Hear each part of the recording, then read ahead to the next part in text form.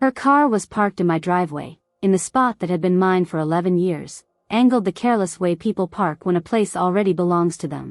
Through the front window I could see the table set for 6. My table, my grandmother's blue plates laid out in the pattern I always used, and the dish coming out of the kitchen was my Sunday roast. My recipe, down to the rosemary. She was serving my life to my friends, in my dining room, and she was wearing it like it had been tailored for her. I sat in my car across the street with the engine off, and I waited to feel the thing everyone kept promising I would feel. The rage. The need to walk in there and turn that table over. It didn't come. What came instead was the strangest, cleanest thought of my life. I don't have to do anything at all. And I was right. I did nothing, and nothing turned out to be the most powerful thing I have ever done. She had not wasted a single day. By the time our divorce was final, she'd already moved her things into my closet. I heard she repainted the bedroom that first summer and put her own name on the mailbox by the fall. She didn't just take my husband. She stepped into the outline of my life and colored it in, fast, the way you rush a thing you're afraid might close up if you wait. So you have to understand what everyone around me expected next. In a story like mine, there is a script, and the whole town knows it by heart. The wronged wife fights. She hires the shark lawyer. She tells his mother exactly what her son really is. She finds the woman at the salon and finally says the sentence that's been rehearsing itself for weeks. She burns something down, and everyone watching agrees she was owed the fire. People lined up to hand me the matches. My cousin knew things, dates, a hotel, a name on a receipt. A friend offered to, accidentally, send some emails to the right people. My own sister asked me, gently, why I wasn't angrier. I was angry. Make no mistake. But I'd learned one thing in 11 years married to that man, and it was this. Revenge would have kept me married to him. It would only have changed the paperwork. Every hour I spent plotting against her was an hour I'd still be living inside his story, cast as the bitter ex-wife, the villain in the version he told at parties. And I was so tired of being a character in his life. I wanted to go be the author of mine. So I walked away clean. Not weakly, cleanly, which is a different and much harder thing. I signed what the lawyer told me to sign and not one page more. I didn't fight for the house, I fought for my name, my savings, and the 4 boxes that were actually mine. I went back exactly once, for my grandmother's plates, and she stood in the doorway of my old kitchen and watched me pack them like I was the thief in the story. I let her have the house.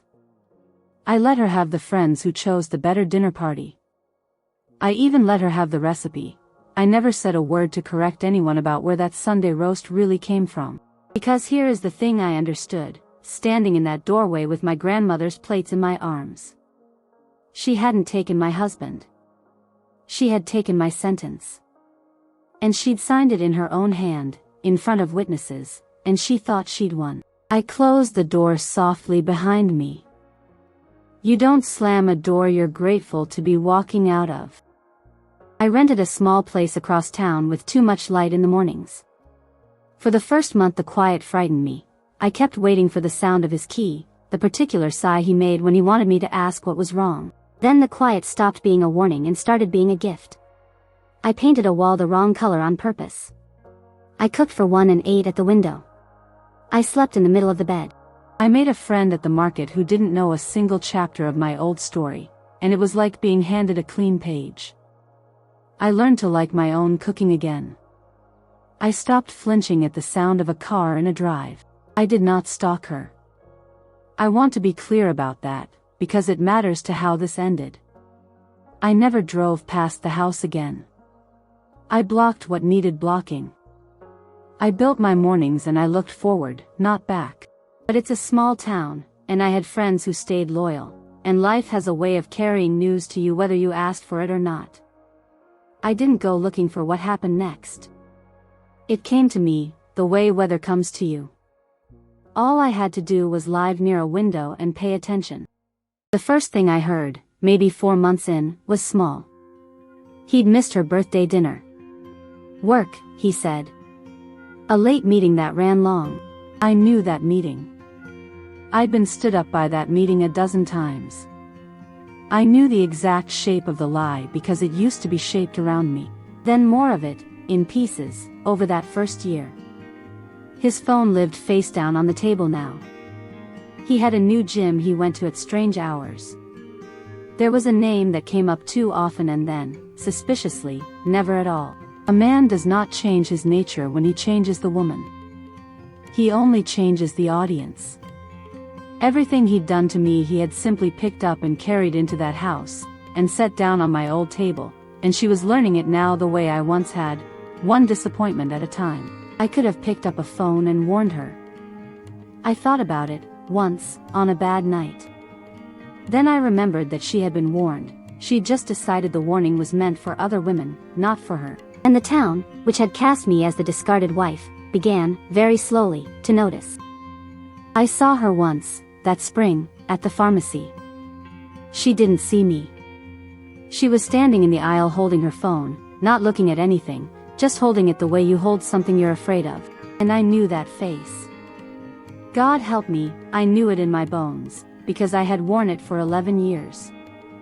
The face of a woman doing math she doesn't want the answer to. Counting hours. Checking a collar for a smell that isn't hers. She had wanted my husband so badly she took him out of my house. And now she was standing under those flat white lights checking her phone for the same silence I used to check mine for. I didn't feel triumphant. I want you to know that. I felt something closer to recognition, and something almost like pity, and under both of those, very quiet, the sound of a door closing softly somewhere far behind me. She had married my whole life. She just hadn't read the pages that came after the wedding. A mutual friend told me, later, that she'd started calling around on the nights he didn't come home. Asking, casually, if anyone had seen him. I remembered making those calls. I remembered the shame of the casual voice laid over the pounding heart. Here is the part that still amazes me, when I turn it over. Everything she had fought me for became the thing that held her down. She had wanted the house, and now she was the one who couldn't leave it, because leaving would mean admitting the whole thing had been a mistake in front of the entire town that had watched her take it. She had wanted his mother's approval, and now she was the one hosting the Sunday dinners, cooking my roast for his friends, waiting up, being told that's just how he is. She had wanted my seat at that table so badly. She got it. And a seat at that table, it turns out, was never a throne. It was a waiting room. I'd just been the one who finally stood up and left. The role she stole came with everything I had been trying to escape, and she had no idea, because from the outside my old life had looked like winning. That's the cruelest trick a life like that plays. It looks like a prize right up until the door shuts behind you and you hear the lock turn. She hadn't beaten me. She had volunteered to replace me. There is a world of difference between the two, and she paid for the lesson in the only currency that ever counts, her own years. It came full circle almost exactly a year after I'd sat in my car across that street. A friend called, hesitant, the way people are when they think they're handing you a gift you might not want. There was someone new. A woman from his office. He'd been seen. The story I had lived, the story that woman had then lived, was simply starting again. Same man, same charm, same second life running quietly under the first. Only now she was the wife. Now she was the one who'd be the last to know. I sat with the phone in my hand for a long time after we hung up. And I waited, one more time, for the fire. The vindication. The I told you so I was surely owed by now. It never came. What came was peace, plain, ordinary, undramatic peace. Because I understood, finally, what I had been watching all year. I hadn't watched her fall. I had watched her arrive, at exactly the place I'd left, in exactly the life I'd escaped, holding exactly the man I'd handed her, wearing my old face in a pharmacy aisle. Karma hadn't struck her down. It had done something quieter and far more exact. It had given her precisely what she asked for, and then let her keep it. There is no punishment in this world more thorough than getting the thing you wanted, and slowly discovering it had been mine all along. People ask if it was hard, doing nothing for a whole year while the woman who wrecked my marriage lived in my house and ate off my plates. It was the hardest thing I have ever done. And it was the only thing that left my hands clean. I never became the villain in my own story. I never gave him the bitter ex-wife he could point to.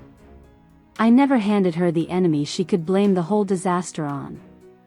I just left, and I lived, and I let the truth of that man do the only work that was ever going to hold. She got the house, the table, the recipe, the role, the man. I got the mornings with too much light, the middle of the bed, and my own name back. Tell me which of us walked away with more. People think karma is a fire.